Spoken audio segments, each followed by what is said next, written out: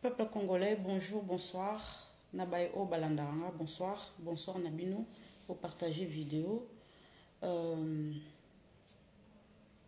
Naïsou Kosoa Nabino parce que polémique ils ont amplifié encore de plus en plus. Malgré, comment je peux dire, tout mes bino ba preuve que c'est toute une procédure en fait pour expulser un demandeur d'asile. C'est tout un processus. Chaque pays a sa loi.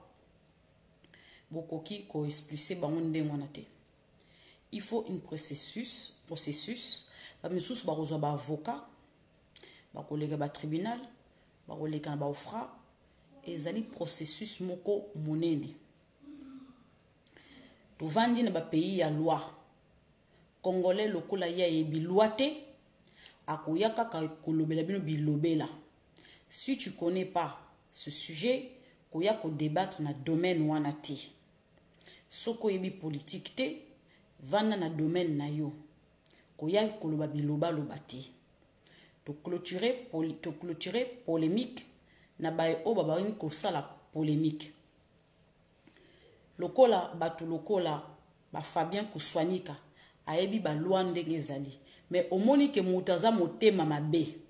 Mutaza vraiment motema mabe alingi no kopesa ba explication te a camper na position na yewana ala sabino que je ne veux pas parce que je suis contre ce président parce que naza na kana été parce que et pas na ye moi nazo ba information ezate tant Kabili azalaki babaki kopesa ba information lokola Kabili azate yango moni ba moyen bazo ba information na kata source ezate babenga ngo kimotema mabe yango kimotema mabe na kati na vie na biso moyo kende liboso ezate okosuka kaka na nzela.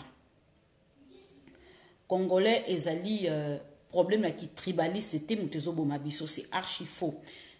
Na répéter lisusu ezali problème na ki tribaliste te. Ngai bazo traiter nga malgré omoni ke na kati ya Facebook na batu ya lamuka baza mingi mais ba bombani. Parce que naza monoko na lobaka soko meki na bloqué soko meki na bloqué bo partager vidéo soko meki na bloqué soko meki na bloqué yango moni ba vanda kanien na sujet o ndenge ba mona ki lobby na kenda ki préfecture na lobby et pesi ba misusu kanda mususu e ko lobelanga na page nanga Félix Tshisekedi est-ce que sombela ki yo saki ya Louis Vuitton est-ce que sombela ki yo saki soki ya Dior noko kumi sakaye ndenge sala soki nini. Donc, on sentir que elle n'a qu'à motema papa en plus c'est ça moi na moi cité ils ont des moi na mobali na yo que la kaoma wandengo kumi sera président Félix Tshisekedi doza muninga moi si oza nanga na ye nazani muninga moi si ne aza mobali mutazo finga ngandengo donc na yo azo que la ngani mawa en sachant que aebi vie na ngate tu connais pas ma vie nazo vivre heureuse nazo vivre bien na mobali nanga yo que la ngama mawa. Non, non, yo kelo mawa parce que ozoya kolobelanga n'importe quoi. Oza mobile. Kelo lobela moi mobile mais ce que ozoya kolobela moi na moi c'est. Vous voyez que place combat ezali na niveau moko bas. Donc au sentir que mutuana ko atanga te. Pourtant oza na poto. Atakuta tanga mais raisonnement na ezali bas. Azo raisonner musika te. Bon bref. Vous partagez vidéo. Na ye le mbango en fait na même bamisusu bayebiye te ezali papa anglo Congo asali analyse bokolanda ye na ngai bokoyoka makambo oyo ezoleka pona makambo oyo ya sanction ya lever sanction et makambo oyo ya comment dirais-je ya discours ya Martin Fayulu et puis comment je peux dire la Cinco reconnaît président Félix Tshisekedi. Voilà. Donc la Cinco reconnaît maintenant président Félix Tshisekedi parce qu'ils voient qu'ils n'ont pas le choix. Bazana choité. Bonsoir, bonsoir papa Aimé, bonsoir papa Laurent, bonsoir Amiloni surtout. Babondi que bazana, bonsoir papa Jean-Paul Moulumba, bonsoir Paulin, bonsoir. Bamoni que Cinco amoni que azana choité. Bokoyoka papa Anglo Congo. Ils ont très important. Ça qui analyse, mais biso national biso tolandaka ye parce que aza moto moko aza partiel ayaka oloba vérité. Donc eza mawa na soni boya kofinga batindelinga su video mususu enga nzambe botika kotindelanga video n'importe qui. Bazo sanga mama Lisette lobela mwasi wana o azoloba n'importe quoi nakoki koloba nete nakoki kokoma na niveau na yete yaza na niveau musunga pe na sa niveau musu. Nous pouvons pas se confronter, non. Ce que vous avez bateau, bazo contredire, yo bazo n'importe quoi. Et ça le colo comme na bon niveau moko. Toza ba niveau moko te. Na niveau moko na moi sonate botika ko tindi langa ba vidéo ezangatina. Please. Botika ko tindi langa ba vidéo o batu moko ko mutu na bango esala kate ndenga zana azo raisonner kaka po ayebana, s'il vous plaît, ne m'envoyez plus de vidéos. O ko tindi langa vidéo ya ndengwana na bloquer. Na bloquer ma sur messenger ozo susu ni nangate. Olanda suba direct nangate. Eza ma mingi bo tinda ba vidéo, bo tinda ba vidéo, bo partager ba vidéo batu ke bak. Binu mo boza bo tanga, boza ba université. Mais bozo kit, bozo mi kiti ça bo partager vidéo na mutu oyo kuta sisa kuta ta collège te, ata kutu primaire te. Avant de quand nanda ko mobile na zo conduire zo le biloko ko lia binu mutu bozo partager vidéo na parce que boza na monde virtuel. Mais c'est pas possible congolais. Tout que non musika toza batu moko to tanga. Toza batu moko tozo raisonner. Mais beaucoup ko partager vidéo ya modèle wana ke mutu wa azo ayebi ke eza vérité mais azo bongo lango na ndenge mo alukuta. Bref, nako tia analyse à papa anglo Congo, bolanda, boyoka, binomoko, bo comprendre où en est le sujet. Du député Martin Fayulu au Nord Kivu. Je disais tout à l'heure que Martin Fayulu n'est plus à présenter. En fait, les élections passées ont mis sur le devant de la scène M. Martin Fayulu plus qu'avant, parce que vous le savez, il avait été élu par ses pairs de l'opposition comme candidat unique et s'en suivra les retraits de signature de M. Félix Tshisekedi et de Vital Kamerhe qui sont allés à Nairobi pour former ce qu'on a appelé CASH, Cap pour le changement. Donc on avait en face deux plateformes de l'opposition qui avaient présenté des candidats. Il y a d'une part Martin Fayulu, d'autre part Félix Tshisekedi, et il y avait M. Chadari qui était aussi dans la course. Alors, depuis la division au niveau de Genève, jusqu'à aujourd'hui, on continue à vivre une certaine opposition entre Cash et la Mouka. On le voit sur terrain, mais on le voit aussi dans les réseaux sociaux, on le sent dans le média. Alors, M. Martin Fayulu a fait son premier meeting à Kinshasa où il a appelé la population à résister contre ce que lui appelle la tricherie. Donc, il demande qu'il résiste pour la vérité des urnes. Merci, Jody. Parce qu'il estime que c'est lui qui a été élu. Il est allé au Nord Kivu avec le même discours, notamment à Butembo et à Beni. On nous apprend qu'il sera à Goma, je crois demain, en fait peut-être aujourd'hui, parce qu'il fait, c'est déjà chez moi aussi aujourd'hui, le 16. Ensuite, il viendra à Kikwit pour faire le même discours, je crois. Donc, il fera quelques villes et pour boucler à Kikwit. Mais signalons tout de suite qu'après le meeting de Kinshasa, M. Martin Fayulu avait écrit à l'Union africaine. Et les contenus de sa correspondance, c'était quoi? Que les élections soient annulées, qu'on puisse organiser d'autres élections dans 6 mois. Il y a là une différence quand même à noter entre ce qu'il avait dit à ses militants, aux militants de la Mouka à la place Sainte-Thérèse, et ce qu'il a demandé à l'Union africaine. à la place Sainte-Thérèse, il demande aux gens de résister pour la vérité des urnes, dont lui est le vainqueur. Et en même temps, il demande, quelques jours après, il demande aux dirigeants africains l'annulation des résultats des élections dont lui se prétend être vainqueur. Alors, en étudiant ces deux positions, nous pouvons dire qu'il est dans la logique d'abord de la campagne, mais aussi qu'il profite, il faut le dire, du processus électoral qui était chaotique et pour continuer à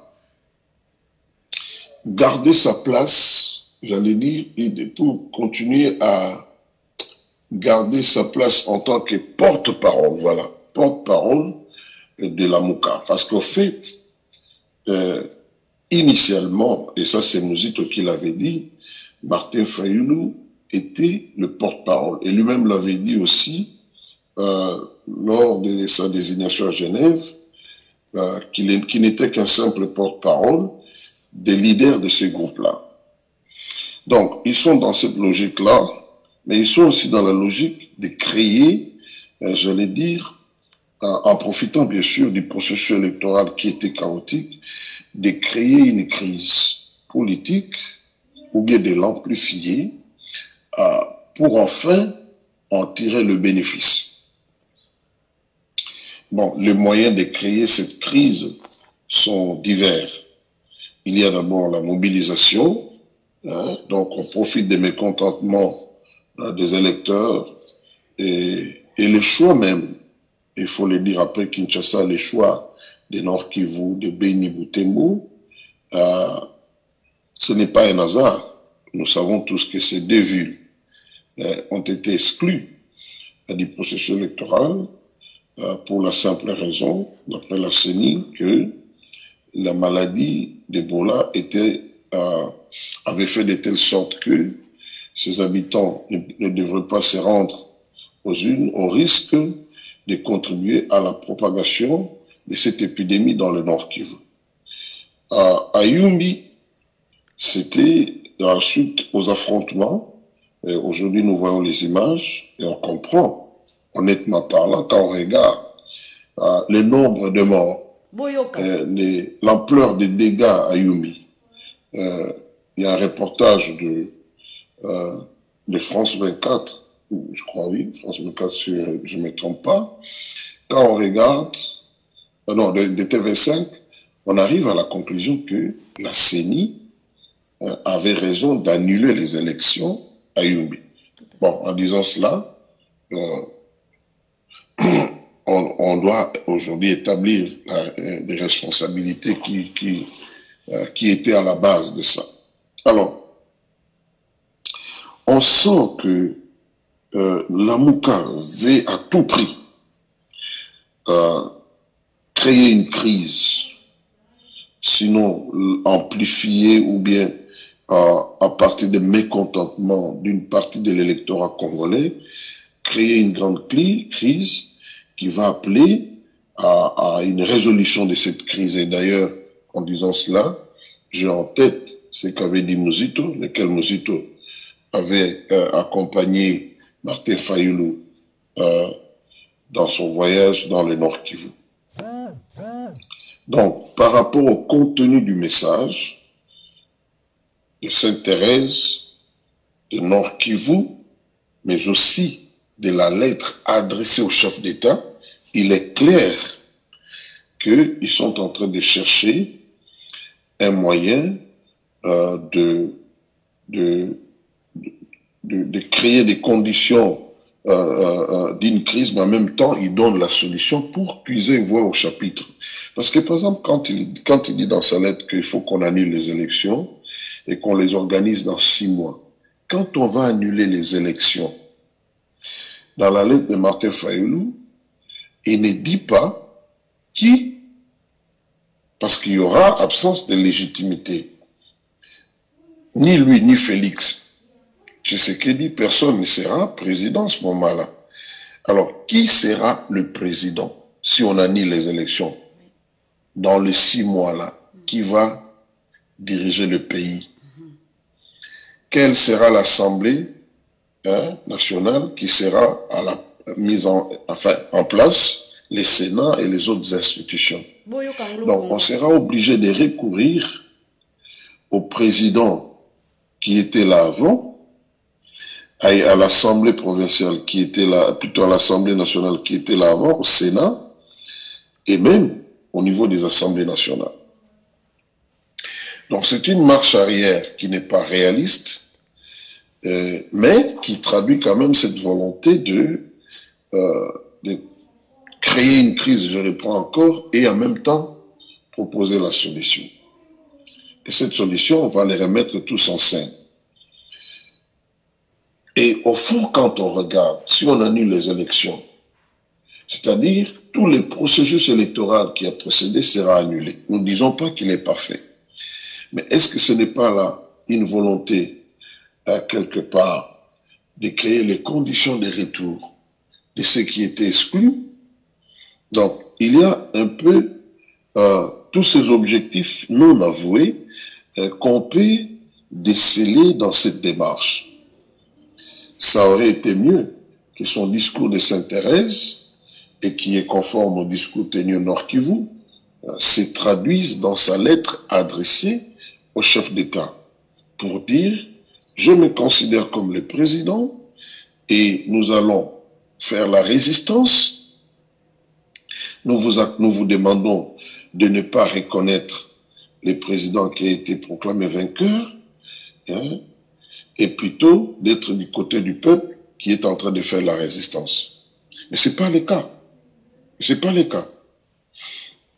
Donc, sur ce point-là, je crois que la Mouka, sans le dire, en tout cas une partie de la Mouka, parce qu'il y a eu quand même des dissidences, et d'après nos informations, il y aura encore plus de dissidences dans les jours à venir. Sur ce point-là, disais-je, on peut... Bolimbisanga, papa Edo Mukendi, là, on ne peut pas intervenir. En fait, c'est analyse. Il y a Bolimbisanga. Pardon. Nalinga, papa Nangami. Oeza analyse à papa Anglo-Congo. Vous comprenez? Donc, il n'y a pas beaucoup de monde qui suit papa Anglo-Congo. Si vous avez raté, donc là, vous pouvez suivre. Donc, je l'ai mis en direct pour vous, en fait. C'était déjà passé. La prochaine fois, il faut t'abonner. Je mettrai sous le mur encore l'analyse. Je vais le publier. C'est l'analyse de Papa Anglo-Congo. Vous allez chercher son nom, vous abonner. Quand il y a ces analyses, vous allez suivre directement. Donc là, j'ai mis pour les gens qui ont raté, pour les gens qui n'ont pas pu suivre. Et donc, j'ai diffusé ça, en fait, j'ai publié ça plutôt sur mon mur. Donc, et là, je le mets en direct avec vous et je suis avec vous parce que moi aussi, j'ai un peu raté. Voilà. Donc, on ne peut pas intervenir. C'est l'analyse de Papa Anglo-Congo. En plus, j'ai dit bonjour à Papa Anglo-Congo qui me suit. Je l'ai fait coucou. Donc, là, on ne peut pas intervenir. Voilà. Donc, on continue. Voilà. Dire que la Mouka veut faire tabula rasa, hein, et finalement revenir autour de la table, quand on sait que les dirigeants les plus influents de la Mouka, ce sont ceux qui sont en dehors de la course. Donc, on peut dire par là qu'ils n'ont pas encore renoncé à leur volonté de voir leur retour sur la scène politique et surtout d'être requalifiés comme des candidats valables au regard de la loi. Voilà. Alors, nous sautons ce point-là. Nous venons au deuxième point. La Senko reconnaît le président Félix Tshisekedi. Pourquoi je dis ça? En fait, c'est la deuxième reconnaissance, mais qui est en train de se faire sans faire trop de bruit. À la prestation des serments de M. Félix Tshisekedi, la Senko était représentée pas au plus haut niveau, mais il y avait un abbé qui était venu mandaté par la Senko pour représenter la Senko. À l'occasion de la prestation, plutôt de la présentation de excusez-moi, de la présentation de vœux entre le président de la République et les corps diplomatiques, la Senko était représentée par une figure symbolique. La première fois, c'était un abbé, pendant la prestation de serment. La deuxième fois, c'est maintenant un autre abbé, mais qui n'est pas n'importe qui est le porte-parole de la Senko, et en la personne de l'abbé Cholet. Et la presse l'a approché après la présentation, la cérémonie de présentation de vœux, et c'est l'abbé Cholet a donné la position de la Senko, et je vais me faire le devoir de lire l'article qui rapporte les propos de l'abbé Senko, de l'abbé Cholet, pardon. Qu'est-ce qui m'arrive? Alors, il dit ceci, les chefs de l'État, ça c'est l'abbé Senko, l'abbé Cholet, qu'est-ce que je dis aujourd'hui? Il dit, les chefs de l'État qui est là est reconnu officiellement et nous ne pouvons que composer avec lui. L'article, ça c'est le titre, l'article continue, présent à la cérémonie d'échange de vœux au Palais de la Nation, l'abbé Cholet s'est exprimé sur le pouvoir actuel en RDC. Selon le secrétaire général de la SECO, le président Félix Tshisekedi étant reconnu officiellement, l'Église, donc vous entendez là, l'Église catholique, ne peut que composer avec lui. Quelle que soit la façon dont on accède au pouvoir, le chef de l'État qui est là est reconnu officiellement et nous ne pouvons que composer avec lui, a-t-il déclaré dans des propos rapportés par Jeune Afrique.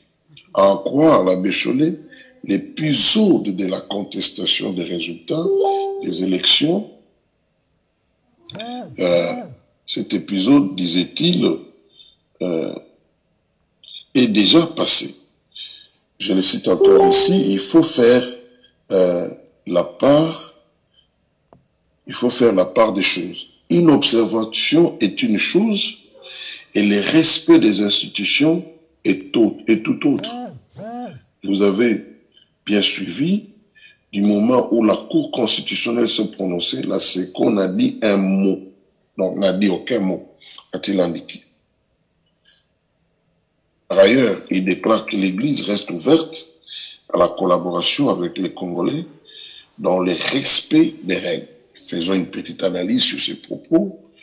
Donc, pour la SECO, les jours où la Cour constitutionnelle avait donné son arrêt, ces jours-là, il n'y avait plus de doute, plus de confusion dans l'esprit de prêtre catholique. C'est M. Félix Tshisekedi qui était le président élu. Et le fidèle à sa logique, à cette logique, la SECO avait délégué quelqu'un. Mais seulement, la SECO voulait sauver la face.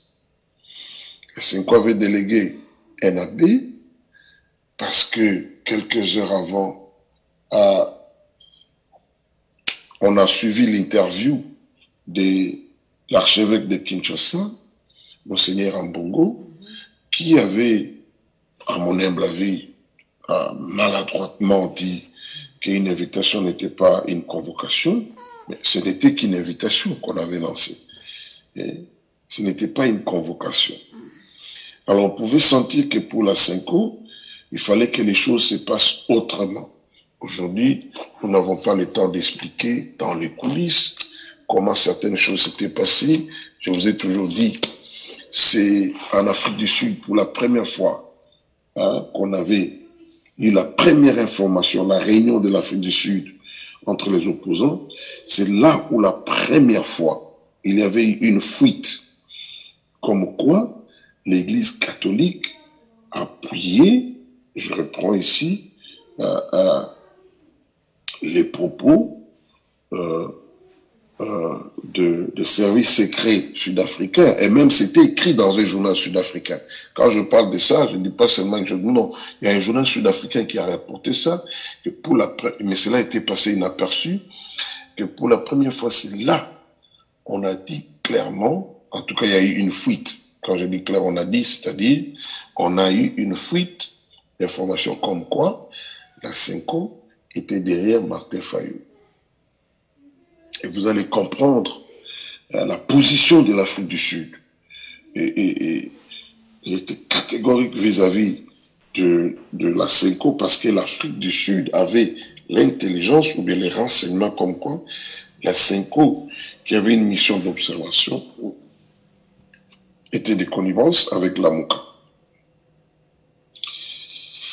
Alors, aujourd'hui, nous voyons encore l'abbé Chollet qui vient à la cérémonie d'échange de vœux. Donc, la Senko continue à reconnaître M. Félix Tshisekedi, mais elle le fait de manière pas tout à fait ouverte. Et nous pensons que progressivement, la Senko va hausser toujours la voix pour reconnaître M. Félix Tshisekedi. Signalons tout de suite aussi, au sein même de l'Église catholique, il y a eu division sur la position prise par la Senko au sein de l'Église catholique. On a vu les évêques de l'espace Kassai qui avaient pris une position qui n'était pas conforme à celle de la Senko. D'après nos informations, il n'y a pas que les évêques de Kassai. Il y a eu aussi d'autres évêques, de manière individuelle, qui n'étaient pas d'accord avec leur père de la Senko. Alors, nous pensons qu'ils ont essayé de trouver un moyen pour se mettre d'accord, pour avoir une position commune. Donc, là, l'abbé Chollet est en train de jouer à l'apaisement et nous espérons que les relations entre les nouveaux pouvoirs et la Senko vont s'améliorer au fur et à mesure les jours passent. Et nous suivons de près, à l'occasion d'autres événements, quelle sera la position de la Senko, que nous prédisons déjà que de plus en plus la Senko va hausser la voix pour exprimer sa reconnaissance à M. Félix Tshisekedi, qui est le nouveau président de la RDC. Alors, cette cérémonie, parlons-en un peu, parce que autour de cette cérémonie, il y a eu beaucoup de choses qui se sont dites là-bas.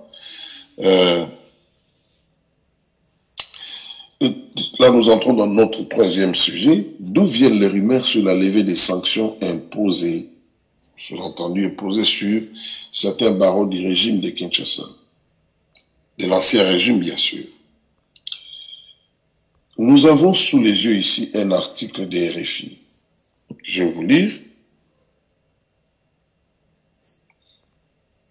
Parce que les journalistes avaient reçu une copie. Mais qu'on lise d'abord. Le titre, c'est Félix Tshisekedi a dévoilé ce vendredi les principaux axes de la diplomatie que lui et son gouvernement comptent mener au niveau de la sous-région avec les partenaires internationaux. Un discours à la suite duquel une polémique est née. Félix Tshisekedi a présenté ses vœux au corps diplomatique ce vendredi 15 février à la Cité de l'Union africaine, située à Kinshasa. À cette occasion, les chefs de l'État congolais ont développé plusieurs orientations clés de sa présidence. Concernant les relations avec les pays frontaliers, il a soutenu qu'il allait privilégier une politique étrangère axée sur le bon voisinage et les dialogues constructifs avec les 9 pays voisins. Dans le même ordre d'idée, il a annoncé qu'il étudiait la possibilité pour la RDC d'intégrer la communauté des États d'Afrique de l'Est, car la majorité des États membres de cette communauté, a-t-il soutenu, étaient frontaliers et entretenaient un commerce important avec l'Est de la RDC. Quelle relation avec Bruxelles? Les rapports avec l'Union européenne étaient l'autre point important sur lequel Félix Tshisekedi était attendu. Le nouveau président a évité la question sur les sanctions qui frappent des personnalités congolaises proches de son prédécesseur, Joseph Kabila, bien que certains médias en aient fait l'écho à la suite de son discours ci-après. Il a en revanche émis le souhait que la RDC et l'Union européenne procèdent à l'échange de leurs ambassadeurs respectifs dans le plus bref délai afin d'avoir le même niveau de représentation. Il a également évoqué la maison Schengen fermée depuis 2018 sur décision des autorités congolaises. Dans son discours, il s'est montré ouvert et a déclaré avoir instruit à la partie congolaise de finaliser rapidement les discussions entamées avec la partie européenne pour la restructuration et la réactivation de ces dispositifs consulaires qui délivrent les visas de l'espace Schengen à Kinshasa. Tshisekedi a-t-il appelé à la levée des sanctions contre les proches de Kabila? À l'issue du discours, plusieurs médias ont annoncé que les chefs de l'État congolais avaient demandé la levée des sanctions contre les proches de Joseph Kabila. Or, Félix ne l'a pas dit. Que s'est-il passé? Dans l'équipe de Félix Tshisekedi, on dit ne pas comprendre ce qui s'est passé. La mention était dans la version finale du discours. C'est celle qui a été transmise à toute la presse congolaise comme étrangère. Ce texte était préparé par le ministère des Affaires étrangères. On a essayé de lui forcer la main, assure un proche du nouveau président.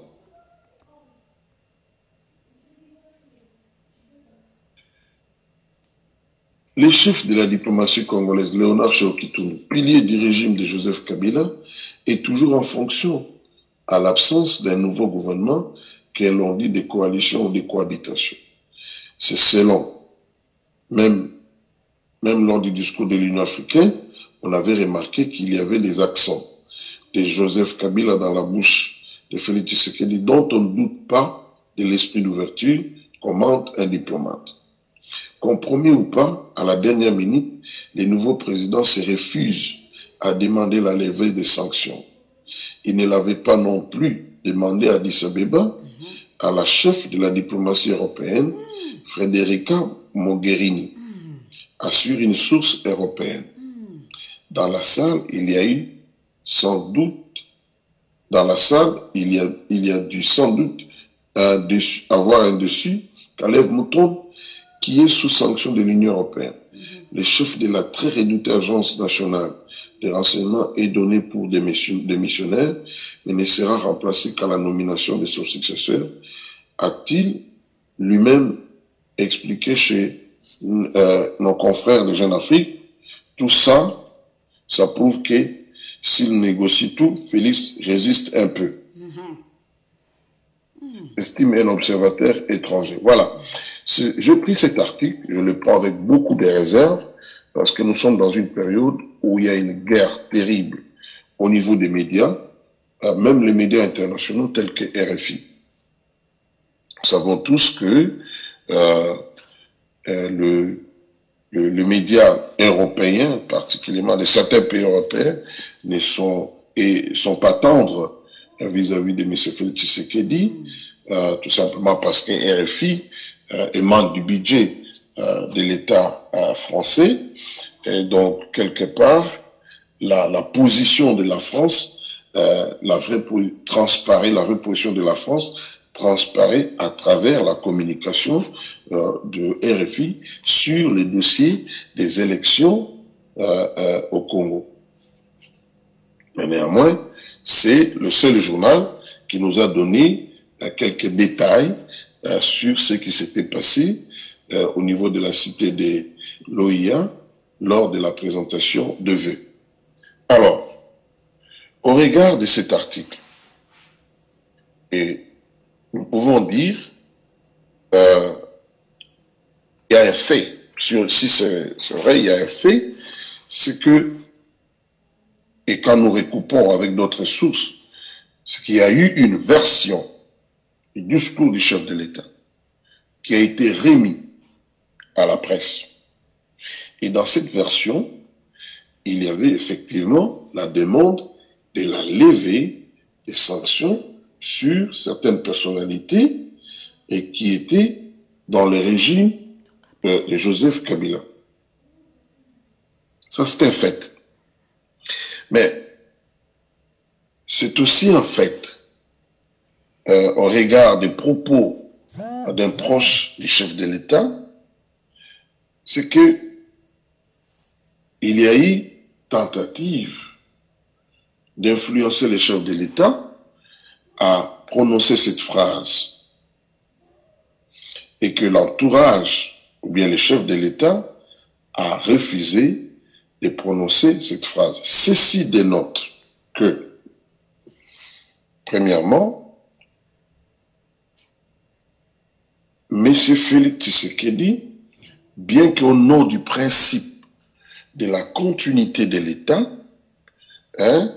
parce qu'il travaille avec des autorités, surtout les membres du gouvernement, qui étaient là,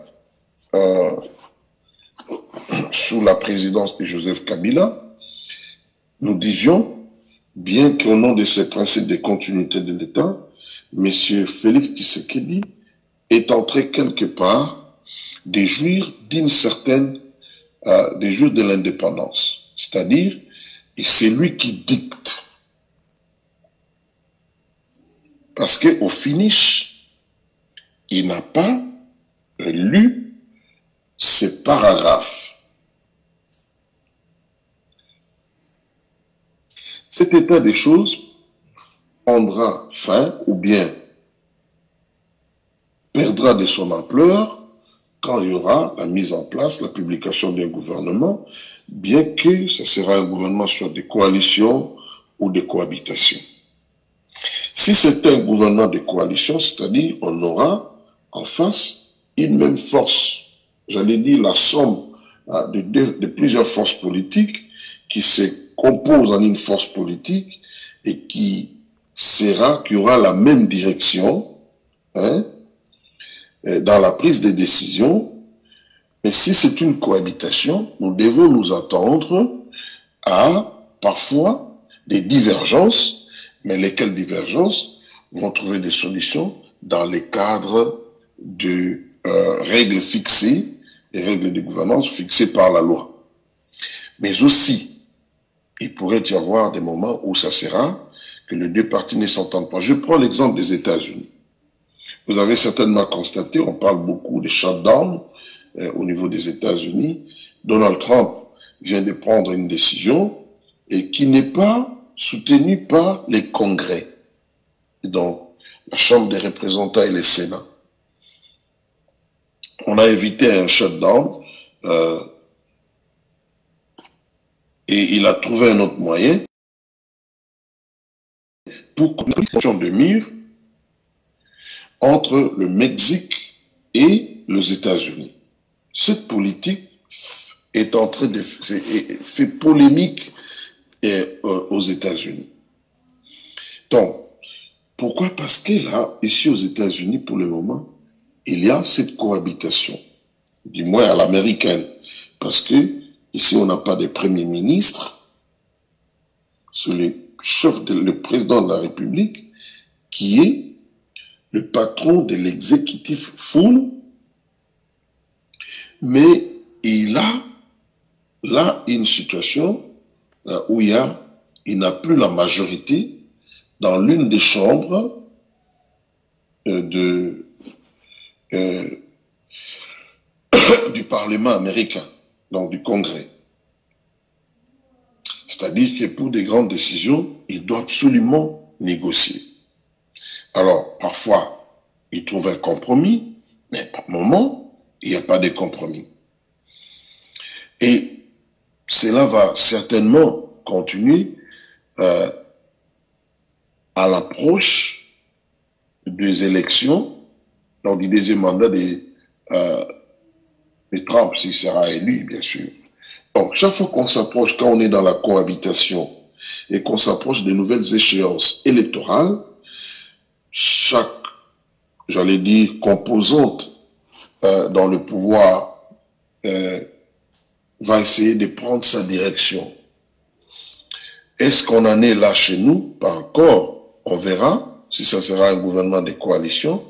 Le conseiller juridique, désormais élu comme député, l'honorable Peter Kazadi a dit il y a plutôt un rapprochement. Il a aussi dit, il a parlé de la similarité de l'idéologie de deux partis ou bien de deux camps, les FCC, les PPRD pour être franc et l'UDPS. Alors, il y en a des gens qui ont sauté là-dessus, bien sûr. Quand on parle de l'idéologie, il y a l'idéologie, mais dans la pratique, il a tout de suite souligné que c'est là où il y a la différence. Bon, le PPRD, quand on lit son projet de société, on voit que c'est un parti de gauche, tout comme l'IDPS. Moi, je me souviens, les gens ne savent pas, le PPRD, par le passé, avait pris part à certaines réunions de l'international socialiste. Même les palos. Mais comme chez nous, le problème d'idéologie, les lignes idéologiques ne justifient pas les rapprochements. En tout cas, ce n'est pas dans la tradition de la politique congolaise. Bon, c'est un fait nouveau. C'est comme ça que vous trouvez dans la Mouka. Il y a des progressistes, mais vous avez aussi des libéraux. Hein. Vous venez du côté de FCC, vous trouvez ces mélanges-là aussi. Donc, c'est quelque chose auquel nous devons nous habituer. Alors, ce discours montre que M. Félix Tshisekedi, quelque part, il jouit de sa liberté. Parce que c'est un point très important pour les barreaux du régime Kabila. Un point très important. Écoutez. Mais ceci nous rappelle aussi. Parce que les deals que les Américains, c'est pas moi qui l'ai dit, hein, Christopher Smith, j'ai appris qu'il a pris la retraite, c'est un congressman américain, il avait dit lors du voyage de Nikki Haley en 2017, elle avait proposé un deal à Kabila qui consistait à dire que non, voilà, tu seras protégé, toi et tes biens, mais nous ne saurons pas étendre cette protection à tes collaborateurs qui ont commis des graves violations de droits de l'homme et des crimes. Je peux voir, au travers de ce qui est arrivé, que cet accord est en application.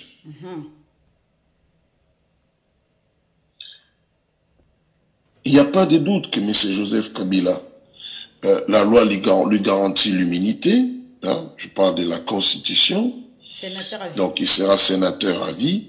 Ce n'est pas un privilège réservé seulement à la personne de Joseph Kabila, à tout président de la République de la République démocratique du Congo.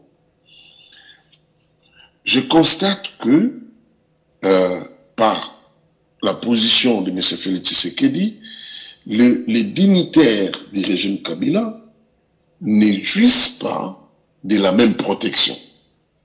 Et ceci peut être à la base, retenez bien, ceci peut être une cause dans l'avenir de l'affaiblissement du FCC. Je ne vais pas révéler ce que j'ai appris dans un contact aux États-Unis. J'ai rencontré il n'y a pas longtemps, et quand je dis il n'y a pas longtemps, c'est-à-dire moins de 10 jours, j'allais dire un ancien diplomate, j'ai rencontré des lobbyistes, on a parlé de la RDC. Boyoka. Et il m'a été dit clairement que M. Félix Tshisekedi a les soutiens fous de l'administration Trump. Et que du côté de Washington, on voudrait les voir diriger pleinement selon son programme. Je dis bien, je répète ce qu'on m'a dit, la RDC. Et l'un des sujets dont nous avons parlé, c'était les sanctions. On me l'a dit ouvertement qu'il y aura des gens qui seront arrêtés. Enfin, pas arrêtés, mais qui répondront de leurs actes devant la justice. Ça, c'est récent, moins de 10 jours. Donc, pourquoi je dis ça? Ben, je ne révèle pas un secret. Les Américains, quand ils rencontrent Kabila, ils lui ont fait un deal.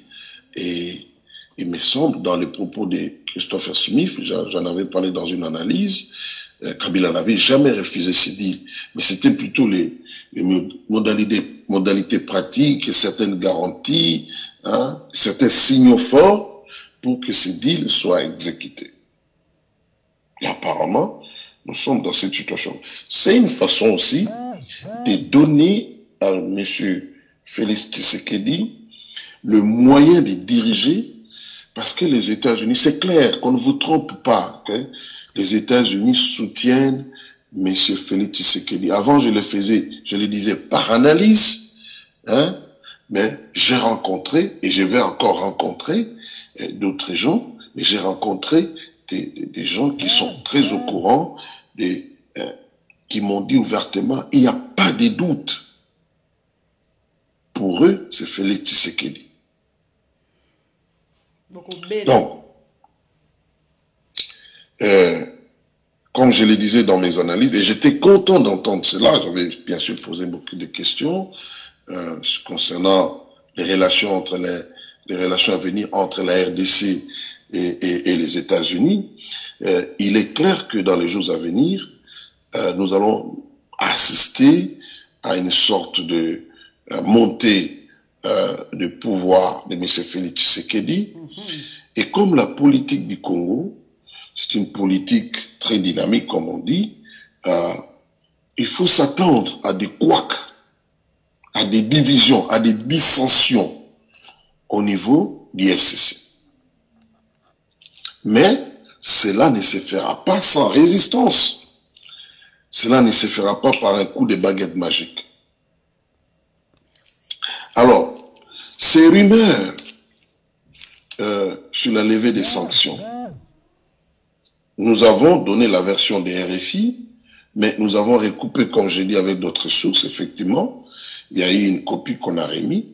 Mais ces rumeurs ont aussi révélé qu'il y a un travail d'intoxication. Pourquoi je le dis? Si je me réfère aux propos d'un certain professeur Yumbi, qui est en Corée du Sud. J'avais réagi par rapport à ça. J'ai fait des recherches, je suis tombé sur d'autres éléments. Moi, je ne viens pas vous dire qu'il est cuisinier. Quand on fait la cuisine, en tout cas, il y a une tenue qu'on porte. Hein? Donc, ce n'est pas par rapport à ça. Mais je suis tombé sur, concernant le monsieur, je vais revenir sur la manipulation, cette guerre de communication. Je suis tombé sur un article d'un journal sud-coréen. Premièrement, dans ce journal, on dit comment ce monsieur a obtenu en 2008 les statuts de réfugié. C'est par un pasteur. Souvenez-vous, dans son histoire, quand il parle du couple qui avait fui les conflits de Kamwina Nsapu et qui était en Angola, et à qui un pasteur a fait des démarches pour qu'ils obtiennent les visas, il lui parle d'un pasteur, mais lui-même, c'est par un pasteur sud-coréen qu'il a obtenu en 2008 les statuts de réfugiés en Corée du Sud. Mais dans cet article, on dit clairement qu'il est de la République du Congo. Pas la République démocratique du Congo, mais République du Congo. Dans l'émission passée, j'avais dit, il y a des éléments qui me poussent à dire qu'il est de la République démocratique du Congo. Entre autres, il y a cet article-là du journal sud-coréen, mais aussi quand on regarde les noms. Yombi. C'est vrai que chez les Tétés, là, il y a les Yombi, mais nous savons aussi que qu'au Congo-Brazza, dans le nord, il y a des Yombi. Alors, c'est pour cela, je dis que ceux qui ont dit qu'il est du Congo-Brazzaville, ils peuvent avoir raison. Parce que dans cet article du journal sud-coréen, c'est clairement dit qu'il est de la République du Congo, pas de la République démocratique du Congo. Oh. On a vu comment ce monsieur a dénaturé les propos du président Félix Tshisekedi. Et ça, c'est la communication. Hein. Je suis en train de parler de la guerre de communication ici. J'ai sous les yeux la déclaration de Filippo Grandi, que lui dit connaître bien et qu'il les connaît, qui est le haut commissaire de l'ONU pour les réfugiés. J'avais publié ça sur mon mur. Certains Congolais avaient relayé ça. Écoutez très bien, parce que les diables se cachent dans les détails. Voici ce que dit Filippo Grandi, au commissaire de l'ONU pour les réfugiés. Il dit, je le cite, « L'engagement du président Tshisekedi à créer les conditions du retour pacifique et volontaire des réfugiés congolais à l'étranger et des personnes déplacées à l'intérieur du pays est encourageant. J'ai promis le soutien du HCR dans cet effort important. » Fait des citations. Quand vous prenez la vidéo de ces messieurs, quand vous prenez la vidéo d'un autre Congolais qui est très proche de Lamuka, son nom, je crois qu'il s'appelle Samuel, quelque chose comme ça, qui a travaillé avec Kabila, tous évitent de rapporter fidèlement les propos de M. Félix Tshisekedi. Je parle de ses propos lors de sa rencontre avec Filippo Grandi. Il préfère prendre un discours connaissant les craintes des Congolais qui se sont déclarés réfugiés, qui sont à l'étranger. Ils viennent avec un discours ou des propos dénaturés qui vont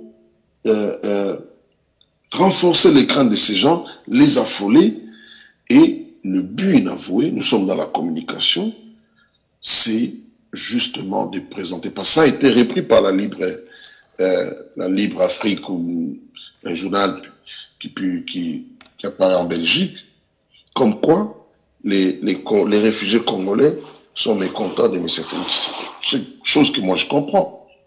Moi je dis que c'est des bonnes guerres. C'est des bonnes guerres de la part de certaines personnes qui savent manipuler l'information pour des buts qu'eux-mêmes connaissent. Voilà. Ça rentre dans les cadres. Et ce que nous avons vu avec la levée des sanctions. Ici, il faut le dire tout de suite, que c'est la version qu'ils appellent finale, ou bien la copie remise par le ministère des Affaires étrangères, qui a fait qu'une certaine presse et certains milieux politiques puissent bondir là-dessus. Mais on ne sent pas, parce que la vidéo existe, parce que M. Félix Tshisekedi a fait son discours sans parler de lever des sanctions, ces gens-là ne reviennent pas pour dire que non, écoutez, nous avons la copie, mais dans les discours, il n'a pas parlé de ça.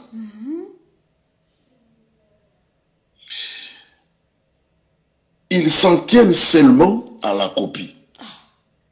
Bon, on sent là une guerre, qu'on le veuille ou pas, mais c'est Félix Tshisekedi, depuis son élection, fait l'objet d'un bashing. Il y a une fixation sur sa personne, et nous disons que c'est l'occasion aussi à l'équipe de communication du président Félix Tshisekedi de prendre en compte cette réalité. J'ai rencontré une dame, c'est pas une Congolaise, une journaliste d'un grand média américain, qui m'a dit que sur le plan de la communication, l'entourage le président Tshisekedi devrait faire plus. Vous voyez par exemple l'histoire de la vérité des urnes. Cette dame m'a dit qu'il y a une équipe qui travaille pour continuer à bombarder les esprits. Que non, les vrais vainqueurs de ces élections, c'est, j'aime bien M. Martin Fayulu, c'est M. Martin Fayulu. Mais on ne relève pas les contradictions, par exemple, dans la communication de la Mouka sur les résultats. On a des chiffres différents. On ne prend pas en compte le fait que la Cour constitutionnelle a rendu son arrêt. La position actuelle de la CENCO devrait servir à l'équipe de communication de M. Félix Tshisekedi. Aujourd'hui, qu'on le veut ou pas, je venais de lire un article. Cet article tire son origine d'un débat qui a eu dans un think tank américain, les CSIS, Centre d'études stratégiques, basé aux États-Unis, à Washington. Pour le petit rappel, ce centre, c'est là où, en 2011, Vital Kamerhe s'était rendu. Il avait parlé. Il y avait aussi le pasteur Ngoï Mulunda, et finalement, monsieur Etienne Tshisekedi, à l'époque il était candidat. C'est un think tank qui est bipartisan, donc et les démocrates et les républicains se retrouvent. C'est un grand think tank qui a été fondé en 1962 et qui traite de la défense nationale et de la sécurité. Alors,